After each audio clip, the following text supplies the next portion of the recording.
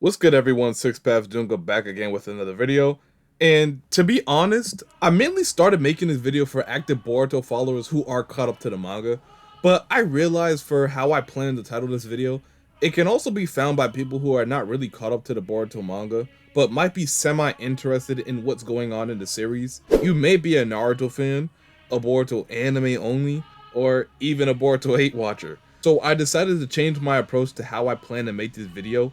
So I guess let's start from the top. The newest villain to be introduced into the Naruto / Boruto series is Jura. Jura is literally the incarnation of the Ten Tails that Jigen and later Code had in their possession. He's also the leader of the new antagonist group called the SHINJU, a bunch of other beings birthed from the Ten Tails. However, these beings are prototypes from different shinobi that got attacked by one of Code's claw grinds. So far they got Sasuke Uchiha, Moegi, Bug, and Gaara's adoptive son, Shinki.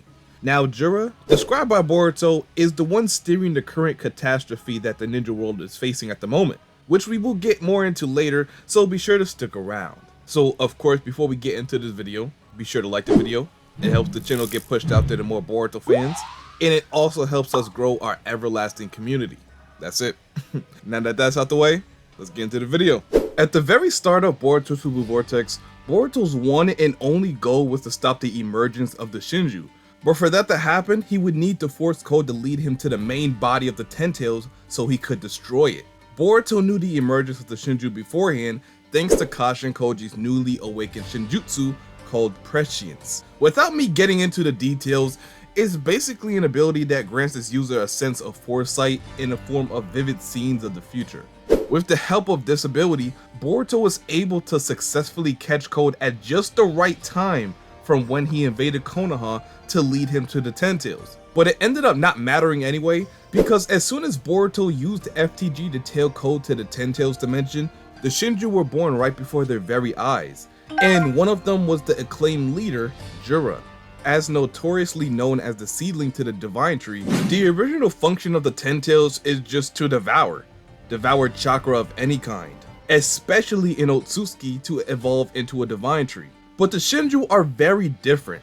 Every one of them have awakened self-awareness. They're aware of their own individual minds, emotions, powers, and even environments. So right now, they're overflowing with curiosity and thirst for knowledge and information. And this thirst for that knowledge is overweighing their instinctual drive to devour the likes of Boruto and or Kawaki. This unordinary evolution that's affecting them is most likely caused by Code's white karma. As stated by Boruto, they've even started evolving into Divine Trees even without the need of devouring of OTSUTSUKI. That's why Boruto and the others must hurry up and defeat the SHINJU before it's too late. Their planet is on a ticking time bomb, and the one that must be defeated for this crisis to end, like I stated before, is Jura. The only problem with that is, at the current moment, nobody is on Jura's level. He's not only the strongest villain in the story currently, but he's now widely known as the biggest threat the planet has ever seen. Besides him being an evolving Divine Tree, he's also stronger than Boruto. And let me remind you of how strong Boruto is right now, just in case anybody forgot. Let's use Code for a quick example.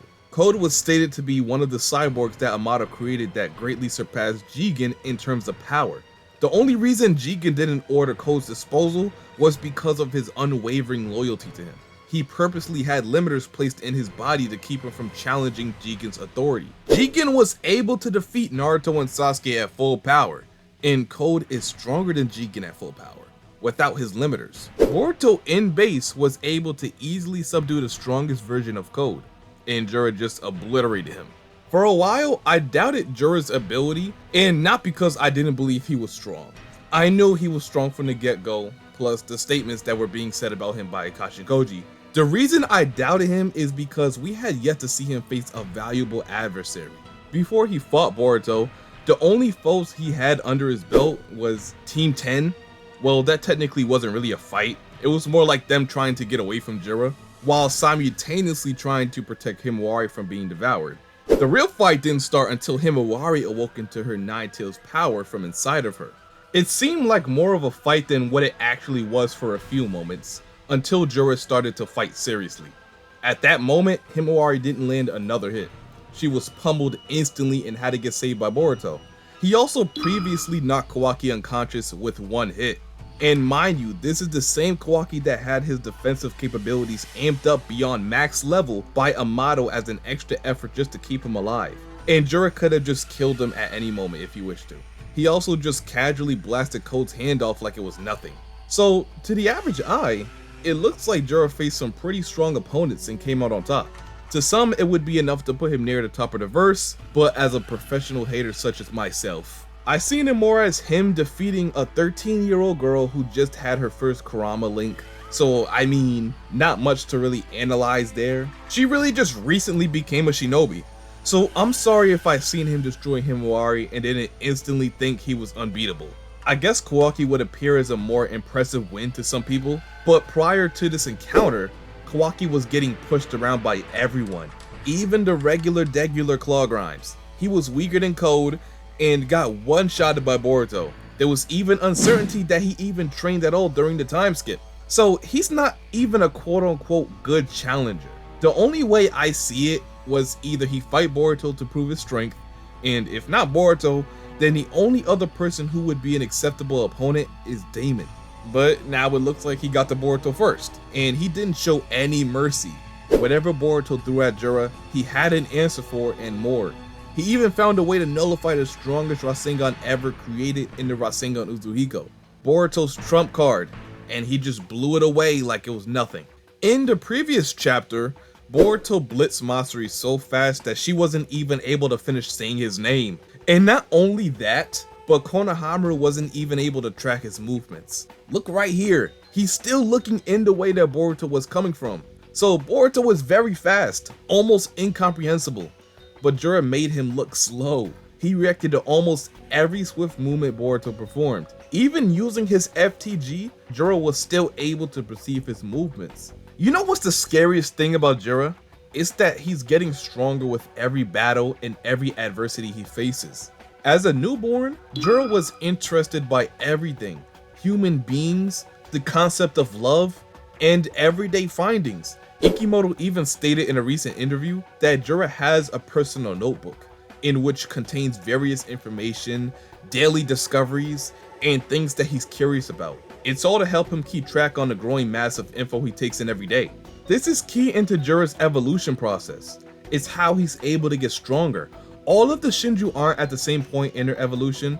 Some are further along than others, while some aren't as developed. Take Matsuri and Hidari for example. Look at how they both reacted when in face-to-face with their targets. One directly attacked theirs, while another was stuck in place due to their strong emotions taking over. Do you know why that is? It's because Matsuri is more developed than Hidari. So much more developed that she can feel emotion.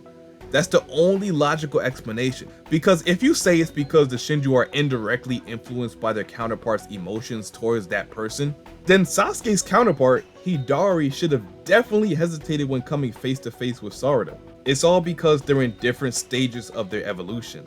As Jura stated, at some point in the evolution process, the Shinju start to understand the concept of love and reasoning.